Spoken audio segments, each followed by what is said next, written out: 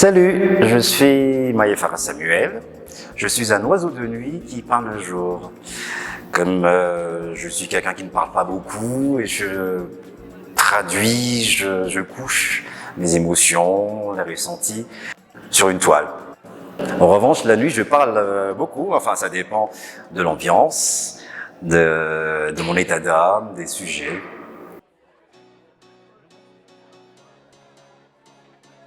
Il y en avait 12 au départ, c'était par l'écriture. D'habitude, je peins d'abord, avant de construire une histoire. Et donc après avoir peint les 12 toiles, on a réécrit l'histoire de l'expo. Cela dit, tout ce qu'on avait écrit, tout ce que j'avais écrit en amont se reflète dans l'exposition.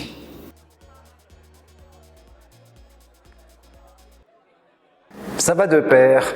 Comme j'étais un peu danseur, un peu mannequin, et j'étais aussi une meneuse de revue en tant que transformiste, la danse, c'était quelque chose au fait qui se relie dans l'histoire de cette expo, et d'ailleurs ça se voit sur quelques toiles.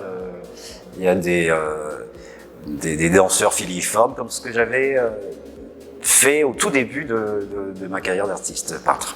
On a trouvé plus cohérent pour l'explication de cette exposition de travailler avec un chorégraphe, danseur, qui est Mia Johnson, que je remercie énormément. On a pris aussi un styliste que tout le monde connaît qui s'appelle Vida pour nous habiller, et Ruth qui nous a maquillés. Comme on nous confond souvent, Miel et moi, pendant la performance, on était vraiment deux personnes. Il était mon double dans la performance, c'est-à-dire que lui, il exprimait, il rentrait dans mon personnage pour expliquer l'histoire, et moi je peignais en même temps. Cette dernière toile boucle la série, mais en même temps, elle traduit une continuité. Alors, peindre devant un public n'est pas des plus aisés, mais je me nourrissais au fait de l'assistance, de la complicité avec Mial, de la musique, pour produire cette dernière œuvre, qui est en quelque sorte, comme je disais tout à l'heure, une continuité pour la suite.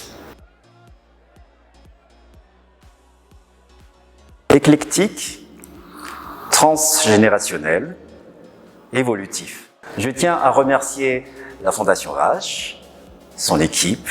Vous êtes formidables.